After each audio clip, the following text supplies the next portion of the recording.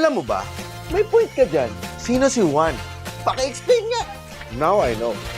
Lumalalim ang kwento, Na-realize ko lang. Correct me if I'm wrong. Makabuluhang usapan, ating pagsaluhan.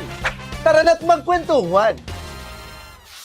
Pag napapadaan ako sa bangketa na nagbebenta ng dyaryo, napapansin ko yung mga tabloid, laging kahit gaano karumal-dumal yung headline, lagi may isang babaeng nakaganon sa gilid.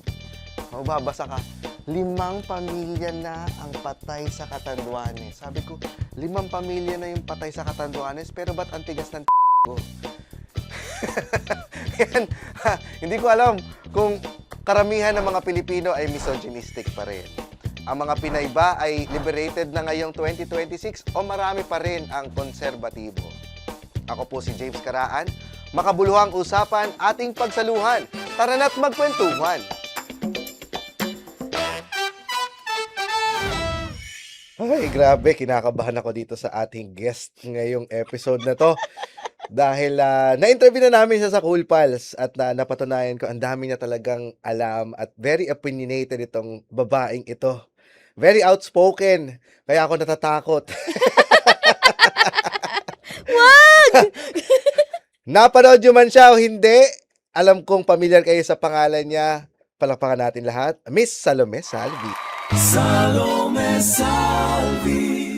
Hey! Salamat! Salamat sa pag-invite sa akin. Salamat din sa pagpapaunlak. Thank you for having me. Ako pala. Yes. Parang dapat ako nagsabi nun, thank you for having me. Thank you for having you. Kamusta ka, Salome? Okay naman. Tamang pahinga. Okay naman. Yeah, like I'm trying to make changes in my lifestyle this year. Yeah, like I'm just implementing some changes in my life and I'm still, like trying to figure things out. Tama ba yung maramdaman ko ngayon?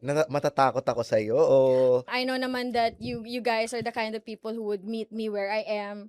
So wag ka matakot. pero Ako, yung may kailangan ba ako katakutan? wala, ang tatanong ko lang sa iyo, ito ba yung karaniwang nararamdaman ng mga kalalakihang Pinoy kapag ikaw ay nakakausap nila? It depends on the person.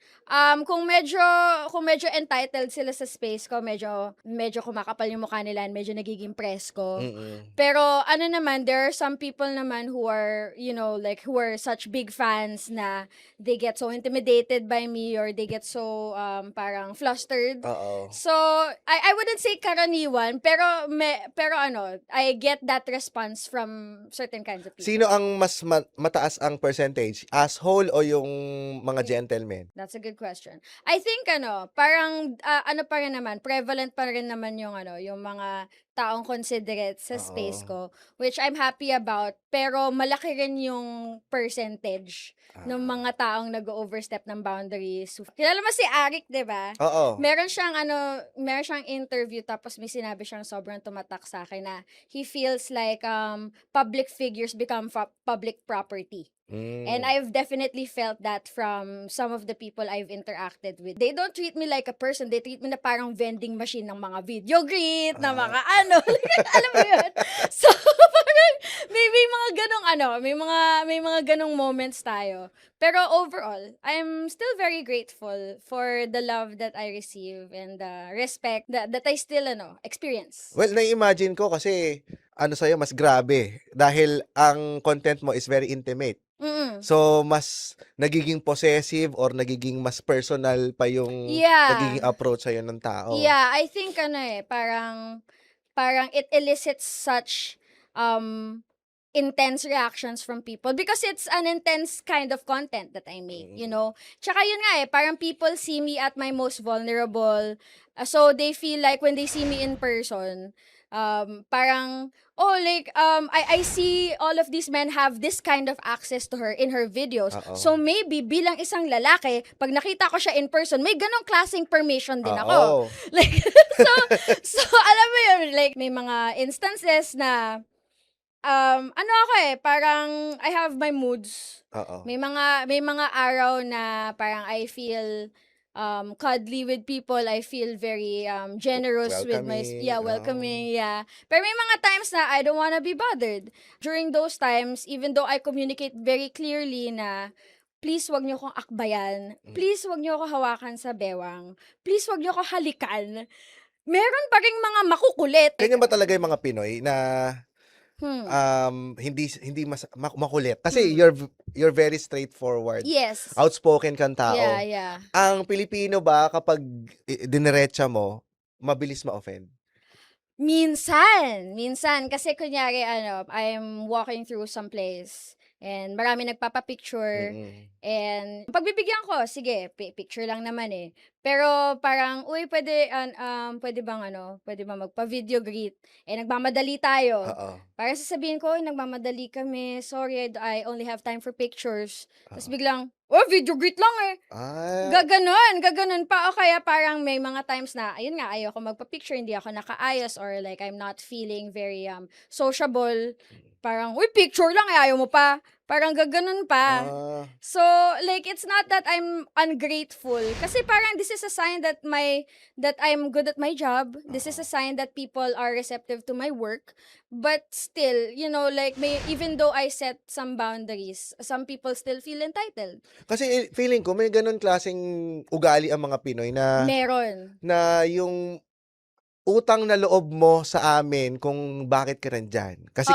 Kasi parang sa liit ng contribution nila doon sa views mo, parang ang laki ng sinisingil nila sa'yo. Totoo. And I feel like, parang hindi lang ako nakaka-experience ito. Can I share an experience that I No. that I had? Parang nakita ko yan in full force when I was working on this teleserye sa GMA. Kasama ko si Ruro Madrid. Ito ba yung Black Rider? Yes. Kasama mo rin si Queen Yasmin doon, di ba? Ay, hindi ko siya nakasabay. Ay, hindi. I don't think. But nung nagsushoot kami in the middle of Quiapo, so ang daming onlookers, ang daming tao. Tapos merong security na that tell people to back off, that naghaharang sa mga tao. May isang lola na nakalusot.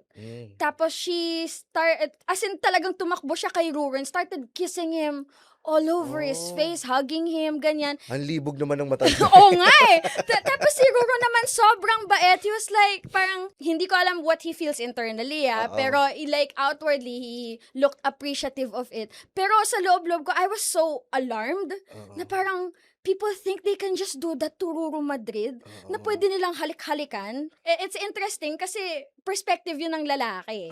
So parang I think men and women experience differently. Pero they experience the drawbacks of being a public figure quite differently, pero pareho silang may pasanin. Kasi nga naman, medyo mabigat din yung mga parang image pag ikaw lalaki. Parang dapat dito sa Pilipinas, kapag lalaki ka, kailangan matiisin ka. Oo. Kailangan hindi ka mauuga. Kasi pag nauga ka, parang may problema sa pagkalalaki mo. Yun naman ang burden ng mga lalaki dito. Dito naman sa mga babae, alam mo, naiinis lang din ako dito minsan. Pag nakikita ko yung ibang mga comments ng mga babae dito sa Pilipinas. Pag kunyari, may issue about sa way ng pananamit ng mga babae. Di ba, kunyari, yung mga plunging neckline, tapos magrereklamo na bastos. Yung mga babae pa mismo ang nangungunang mangkutya doon sa, bakit ka kasi nagdadamit ng ganyan? Ba't ka nagdamit ganyan? Kung hindi, ayaw mo mabastos, huwag ka magdamit ng ganyan. Ang tawag dyan is internalized misogyny. So, parang kung sino pa yung na-oppress ng patriarka, sila pa yung kumakampi kasi they think that that's the way for them na makaangat and makasurvive within that system. Internalized dahil within the same community ng mga kababaihan. I think internalized meaning na you would think na misogynists would be exclusively men, hating on women or shrinking women or boxing women into a certain profile. That's what misogyny is eh. Pero internalized meaning, kahit babae ka, kahit ikaw yung nakaka-experience ito, nung oppression na ito, parang kumakampi ka pa, parang nakikigatong ka pa dun sa very thing that says that women should be limited to this. You know? Parang nagiging tool ka. Oo. Ano ba to? Step backwards ba to sa mga sa feminism, sa paglalaban ninyo ng mga karapatan ng kababaihan towards pagiging liberated. Kasi kung hindi kayo united, Yun nga paano eh. nyo maisusulong yung inyong Yun nga eh. progressiveness? Pero I think, ang hirap nun, kasi ang definition ng bawat babae for feminism is very different from each other. Like, for example, the feminism that a Muslim woman who feels empowered by covering herself up is different sa feminism ng isang sex worker who feels liberated and empowered by her work. 'Di ba? Oo. Magkaibang filosofiya 'yon. So, parang hindi mo naman pwedeng i-impose yung isa on the other.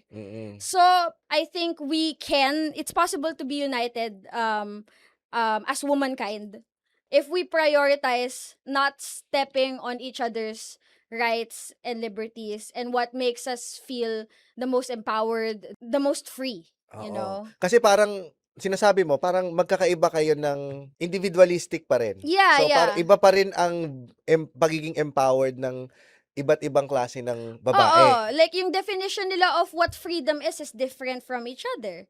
So, I feel like there's a possibility naman for us to hold space for each of those definitions. Oo. You know? Kasi parang dito rin papasok yung pagiging double standards din Of towards course, sa yeah. mga kababaihan, no? Parang iniisip ko nga 'di ba, yung recent na lumabas na mga sex video ng mga lalaki na nakunan sila ng babae ng anong opinion mo doon? Opinion on what part Kasi of that, parang aside from kay Nico Natividad na kasi considered cheating yung nangyari sa kanya. Pero dun sa mga single na lalaki na nakuhanan ng sex video, parang without their consent. without their consent, pero ang reaction ng mga karamihan sa Pilipinas, uy, ang galing. Uy, Oo nga eh. I think I was a little disturbed by that kasi parang you don't think that this is a form of violence or assault or violation of these men's boundaries. Na parang hindi natin siya nirerespeto porket lalaki sila. Kasi tama yung sinabi mo, ang mga lalaki characterize sila as being matiisin, parang ang swerte mo nga, parang ganun pa yung reaction nila, yung swerte mo nga, ng ganyang kasarap eh. Oo. Tapos, pero hindi nila iniisip na this was taken without their consent. This is a violation Oo. of their rights, of their personal space. Disturbing sa akin yun na people na hindi yun yung first thought na pumasok sa isip ng mga tao. Their first thought was like, ay, gusto ko makita. Gusto ko makakontribute sa violation nitong mga lalaking to. pasend. Yan. Oo, pasend. Oo. Gusto ko makita gaano kalaki yung ano niya. Gusto ko makita yung ano. But this is information that is not shared willingly with you. Maganda sana kung ano talaga sila. Content creator talaga sila. Kung professional sila. But this is supposed to be an experience shared between them and their partner. Whoever their partner Oo. is in those videos. Tapos, nakikiboso ka. Hindi ba nafe-feel na bosero ka? Ang kupal mo naman! Hindi naman niya binenta yon, hindi naman niya Hindi naman niya pinoblicize yun, hindi naman niya pinush yun. Bakit ka nakikiepal? Oo. But why do you feel entitled to see that?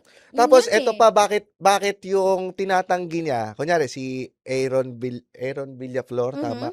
Tinanggi niya yun eh. Tinanggi niya yung sex video na yun eh. Parang siya pa yung masama dahil tinanggi niya. In general, I feel like there's this lack of ability with people to put themselves in other people's shoes. Kunyari, si Aaron. Aaron ba siya Aaron? Basta AH eh.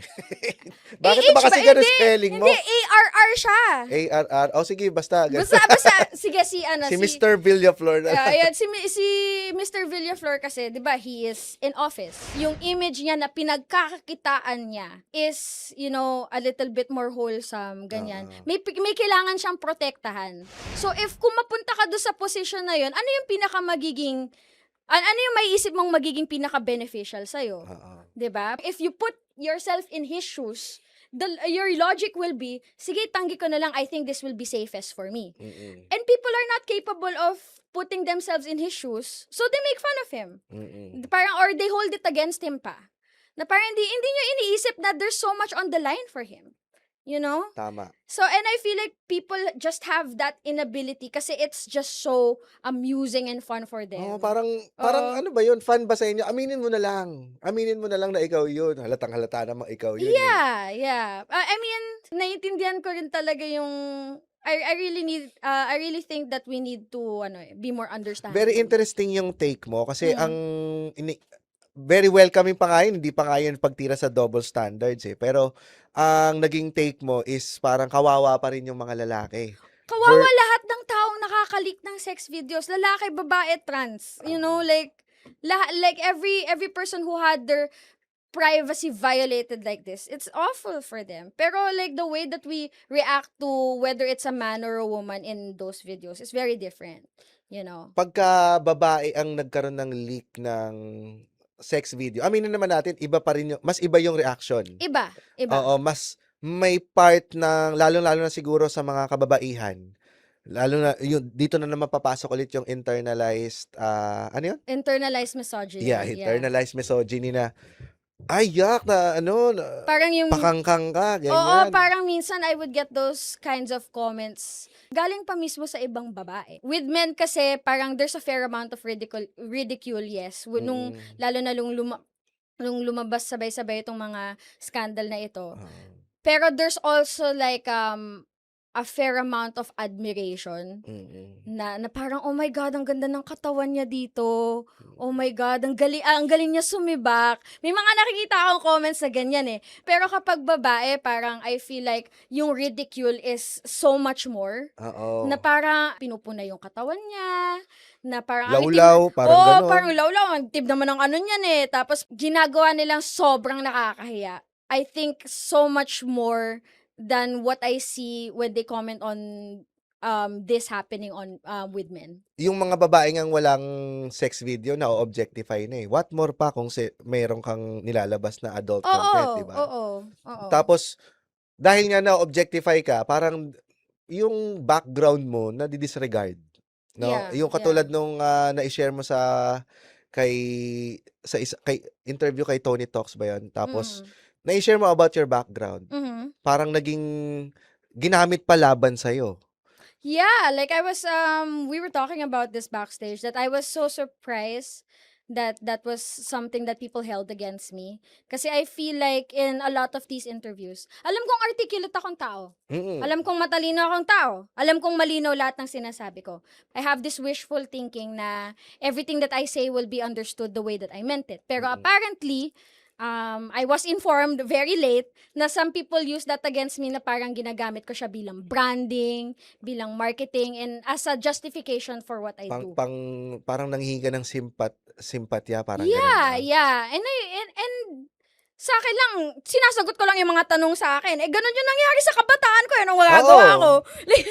And I think na yung objective ko kasi for going on these interviews is that I want people to see that there are dimensions to me and other sex workers. Na I know na you see me na lagi nakabuka ka, lagi nakatuwad. And I know na objectification means you think of this person as an object. Pero like, I think na my objective when going into these interviews is like, tingnan niyo ako bilang tao. Meron akong history, meron akong trauma, the same way that all of you do. Oo. Hindi ako naiiba sa inyo. Why is there a desire to treat me different when I'm just the same like everybody else? Na may mga pinagdaanan ako that led me to where I am. So, parang yun lang. Sa mga nagsasabing laging nakabuka ka po si Salome, hindi po. Tingnan nyo Yeah, naman ngayon, naka-D4 kayo, no? I mean, pwede naman. Pero, like, Maria Clara siya ngayon. Di ba? Ano ba ang view mo naman dun sa mga taong conservative pa rin, lalo sa mga babaeng conservative? At this day and age. Ito parang, like I said, do what makes you feel empowered within yourself. Although like I use the word empowered, but I don't like to associate that word necessarily with me being a sex worker. Kasi para sa akin, a sex work is not inherently empowering. Disclaimer ko lang yan Pero kasi... ulitin mo yan. Baka may mga hindi pa Ayan, nakaka-gets. linawin natin! Harapin mo sila sa camera. Ito, camera mo. Yan. Sex work is not inherently powering. Wait lang. Isa pa. Kalma ka muna, kalma. Kalma, Ayan. kalma. Yan, Sige, kausapin mo sila. Linawin natin. Sex work is not inherently empowering. I am aware that there is a lot of exploitation and violation of human rights within the sex industry. So, and also, parang any kind of work under capitalism is not empowering. It is exploitative. And that includes industries like the sex industry. So, linawin natin. Hindi ko sinasabi na kapag naging sex worker ka, katulad ko, kung naging hubadera ka, ay empowered woman ka. Never kong sinabi yun. I will always refute that because that is not what I believe. Thank you. Yes. At least malinaw, di ba? Okay, so sa pagiging Maria Clara naman, kunyari merong isang babae na she feels the safest when she Covered siya lahat. when she withdraws herself and places value on her body so much so na hindi siya at virginal siya. Yun yung definition niya ng pagkababae niya eh. Oo. Yun yung definition niya of what makes her feel safe, what makes her feel autonomous, and what makes her feel in control of her body and her choices. You know? Hindi ko siya... Hindi mo siya i-invalidate dahil Oo. dun sa choice niya. Dahil magkaiba kami. Mm-mm. Ang mali lang is kung i-impose mo yun sa akin. Kasi hindi applicable sa akin yan eh. Hindi ko gusto yung ganyang lifestyle eh. Hindi ganyan yung paniniwala ko around virginity. Ba't mo ipipilit sa akin? Oo. Ako, hindi ko pinipilit sa'yo na maging pokpok ka. Hindi kita pinapahiya dahil virgin ka. Trip mo yan eh. Oo. So yun, we really need to reframe liberation and empowerment as having different faces. Wala, like, being progressive, there is no one face for that. Na hindi porket sexually active ka, ay empowered kang babae. 'Di ba? Mm-mm. What kind of woman are you and who makes the choices for you? What are the factors driving those choices and who has access to you? Do you have power over who has access to you? Isipin mo yung mga bagay na iba-iba yan for every woman. Kasi meron ding sex worker na hindi empowered. Of course. Na Ang ine-exploit siya. Ang dami. For example, a survival sex worker. Survival sex work is a thing na parang wala ka talagang choice but to enter this industry.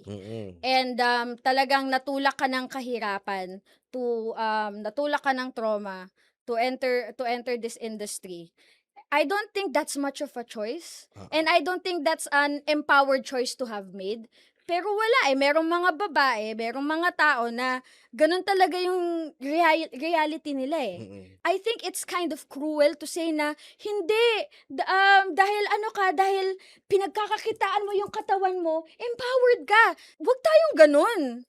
That is so cruel to say when this person is suffering and yet you say na empowered yung choices na ginagawa niya. Tingnan mo kung saan siya nahihirapan, kung saan siya nakukulong, even within the choices that they have made. Ikaw ba, as a sex worker, ikaw naman yung version na empowered?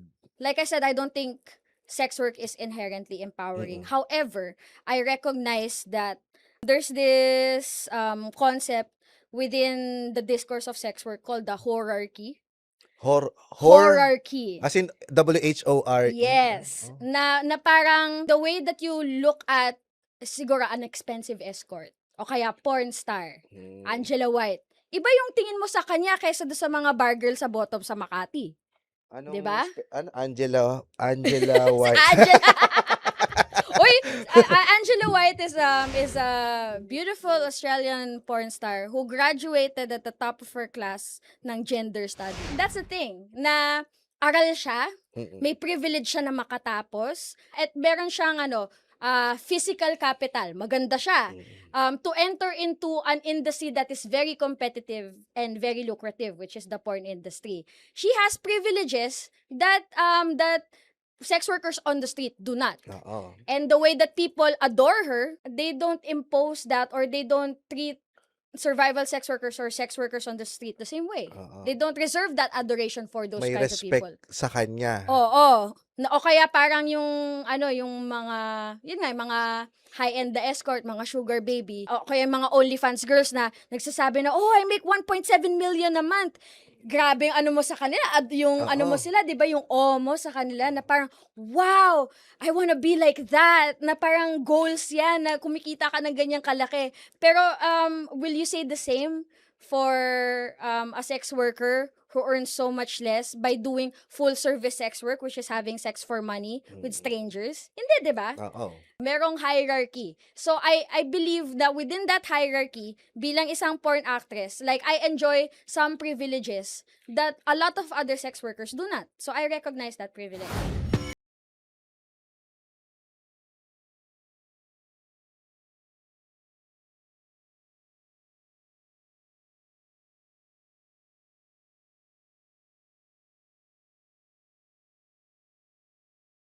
Would like to thank the following sponsors: Buffalo's Wings and Things,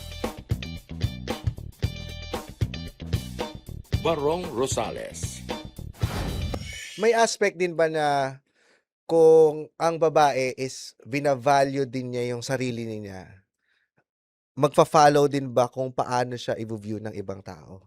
I think so. I think na ano eh, Kasi kung kunyari si Angela White, kahit ganun yung background niya, pero ang naging style niya is, sige, kuha ako ng kahit mababa yung sahod or ano, kukuha ako ng ganyan. kuha ko mga Ng booking. ng booking, makarami lang ng booking.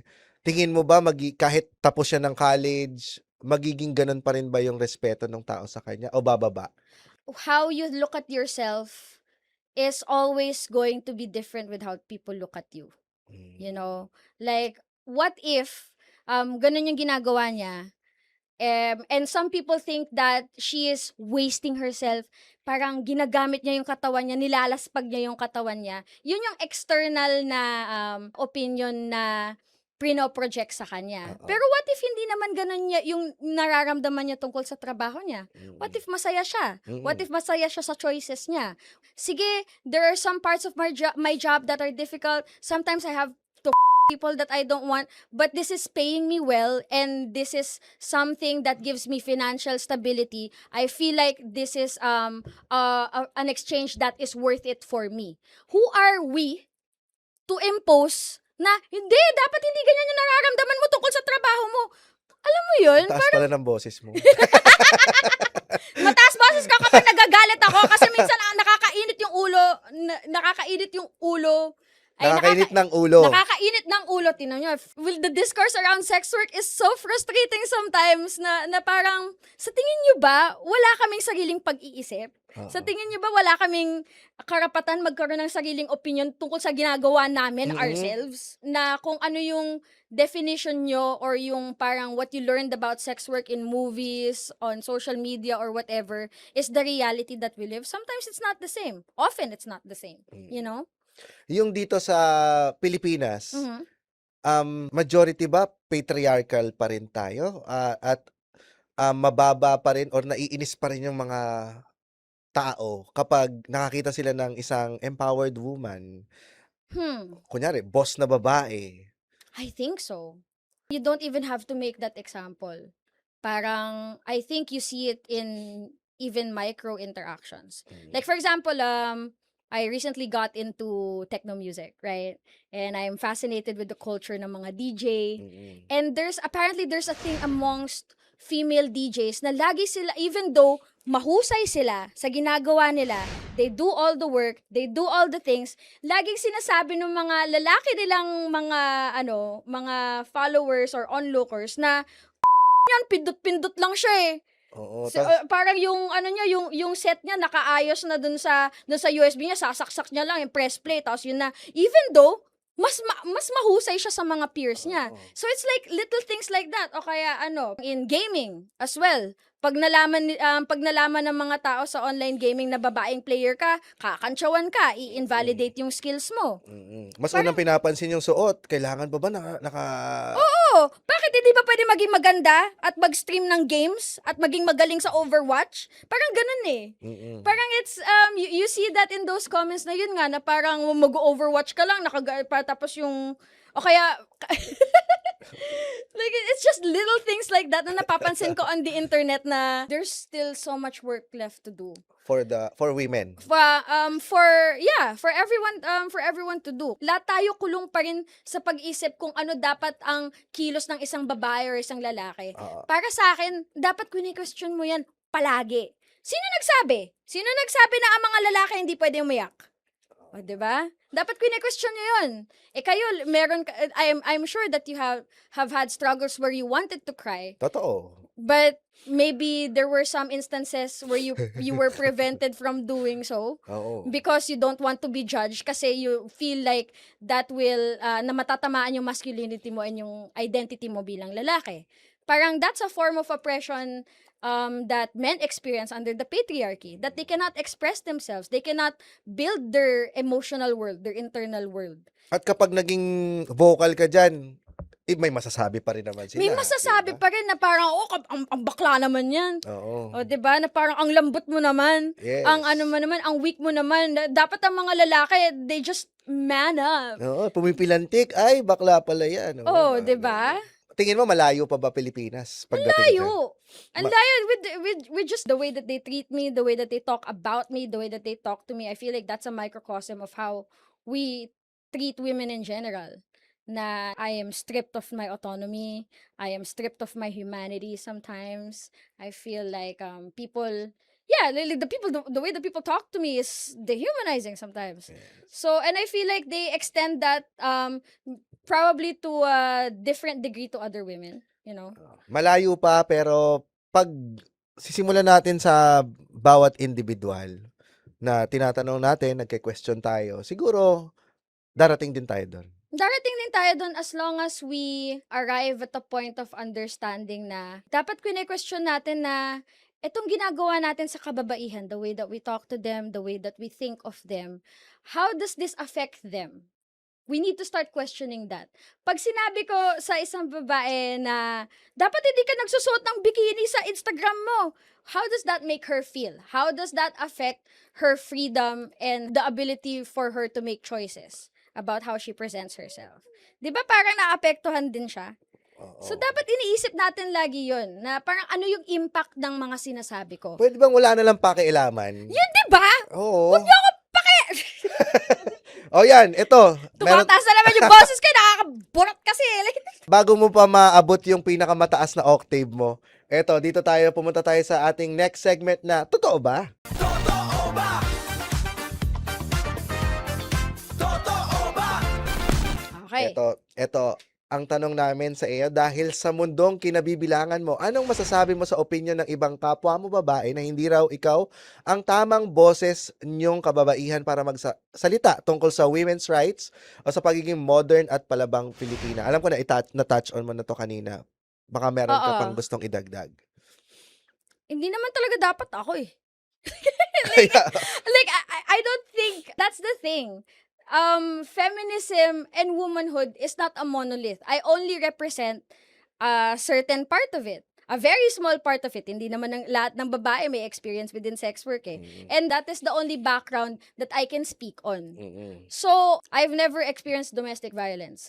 Why am I going to be the appropriate mouthpiece for survivors of and sufferers of domestic violence when it's not something that I experience? I think na we need to there is not going to be one perfect mouthpiece for the feminist movement. Kailangan makita natin siya from different angles, and we can only do that if we invite and listen to different perspectives. You know, from women of different walks of life, women na iba-iba yung paniniwala, and kailangan we hold space for each and every one of their truths. What I find so frustrating is people think that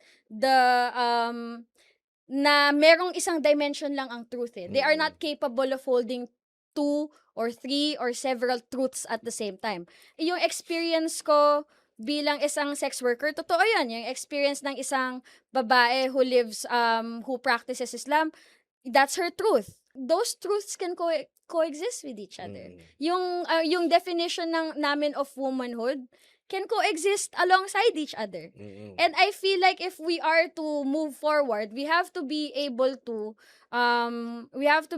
process those nuances and give space for all of those truths. Kasi lahat yan valid.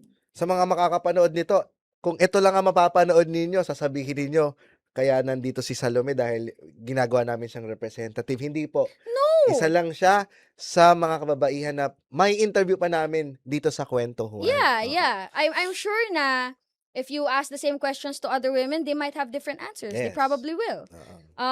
Gaya ng sinabi ko kanina, parang ang experience ng sex workers within the sex industry, iba-iba pa yan. Merong iba na nagsasuffer, merong iba na they feel so happy with their Oo. choices, 'di ba?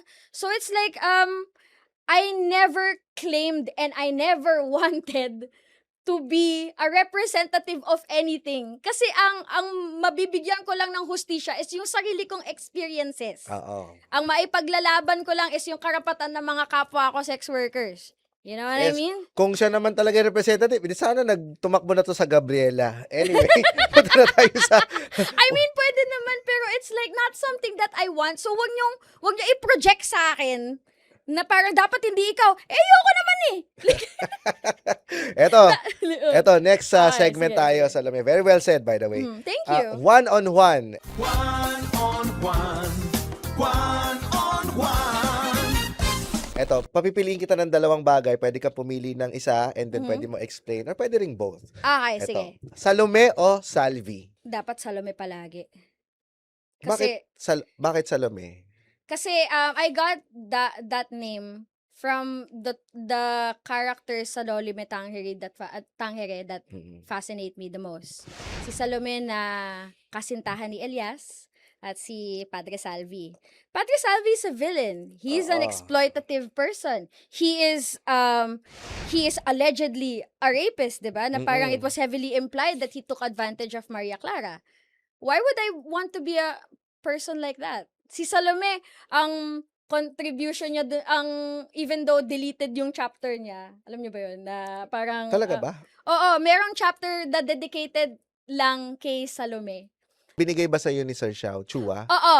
Yung chapter na yon? Oo, yung kopya ko, meron nung chapter na yun. I think a lot of versions right now have that chapter. Pero kasi nung una, wala silang budget to print the entire thing. So sabi ni Ferdinand Blumentritt, i-withdraw muna ni Rizal yung chapter na yun kasi standalone chapter siya. And yung kwento ni Salome, mahal na mahal niya si Elias. Ayaw niya bitawan. Pero naiintindihan niya na mas kailangan si Elias ng revolusyon kesa sa pangangailangan niya na maging magkasama sila ni Elias. Oh, shit. So, she sacrificed their love. She sacrificed her attachment to Elias para sa ikabubuti ng bayan. So, yun yung gawin nating role model. Wag yung kupal, 'di ba? Oo. Wag yung kupal na Padre Salvi. Samantalang si Salvi ay kumakadyot lang. 'Di ba? 'Di ba nang bubugbog ng mga sakristan? Alam niyo naalala niyo ba 'yun nung nag-aral kayo ng Oo, Olympic? ng ng lalatigo. Oo, 'di ba? Like kaya nga parang nag-run away si Crispin tsaka si Basilio Oo dahil nga, oo. 'di ba? Tama. 'Di ba? So, Eto, next, nakaka-turn off sa lalaki. oh my God, hindi nakikinig. Ha? Ayoko na hear. Bye-bye. Eto naman, nakaka-turn on. Uy! Uy, nakaka-turn on sa lalaki. I think the opposite, nakikinig. I think I've been asked that before. Bilang mga lalaki, paano kami makaka-aura effectively sa mga babae? My always answer to that is be interested in her, like genuinely interested. Sabihin niya sa'yo, mahilig siya sa makeup, mahilig siya sa labubu, kahit nababaduyan ka, intindihin mo bakit siya interested doon. And it might even fascinate you to Oo. find out why she is interested in the thing she's interested in. Kasi I feel like, product rin yan ng patriarcha, na binabox in natin yung mga women as, ito lang ang kaya nila, ito lang ang interest nila. Oh, babae, bigyan mo lang yan ng makeup, masaya na yan. Bigyan mo lang yan ng pabango, okay na yan. Pero hindi nila naiisip na ang bawat babae may sarili-sarili silang lalim. Hindi nila alam, some of these women are well-read, Some of these women are well educated. Some of these women have interests that maybe you are not even familiar with, are interested in sports or something like that. Pero hindi nila nai-imagine yun eh. Nai-imagine lang nila is yung surface. Na, maganda siyang babae. Ito lang siguro yung trip niya. Trip niya siguro kumantot lang, ganyan. Pero they don't dive deeper. And I think that's so frustrating na ganyan ba kababaw ang tingin nyo sa kababaihan that you don't think that there's nothing beyond that. Oo, 2026 na. Dapat wala na yung phrase na kababaeng tao. Kalalaking Yes! tao. Dapat wala nang ganun. Wala na. Basagin nyo yan. Anong yung definition nyo ng kung ano yung tamang klase ng masculinity and femininity, i-question nyo at basagin nyo. Worst pick-up Always. line na binigay sa'yo. Oh my God, napaiyak ko tong lalaking to. Napaiyak mo? Oo, he was so upset. Lumapit siya sa akin, nakainom na. Tapos sabi niya, alam mo Salome, naniniwala ako na ikaw yung babaeng pakakasalan ko. Oh. Hindi ko siya trip, hindi ko siya kilala. Sabi ko, di mangyayari yan. What makes you think that will happen, bro? Umalis siya at umiyak. Like, kasi mo ako babanatan ng ganyan. Ang laking bagay nun, di ba? Ikaw yung babaeng pakakasalan ko. Tapos nakita ko, hindi naman kakasal-kasal yung itsura niya. Oh, bakit ko i-entertain yon? Bakit ko sasabihin, talaga? Wala eh. Grabe na. Sorry Kalalaking tao umiiyak. Hindi, na-hurt ko yung feelings niya. So, sana makita to ng person na yun. I'm sorry, pero do better. Oo. Do better sa mga susunod mong aaurahan. Yes. Huwag tayong assuming. Ano naman ang best compliment na na-receive mo from a fan? Ooh, best compliment that I received from a fan. Pakakasalan kita pa. Not a fan, pero naalala ko lang. Sorry, ito yung off the top of my head.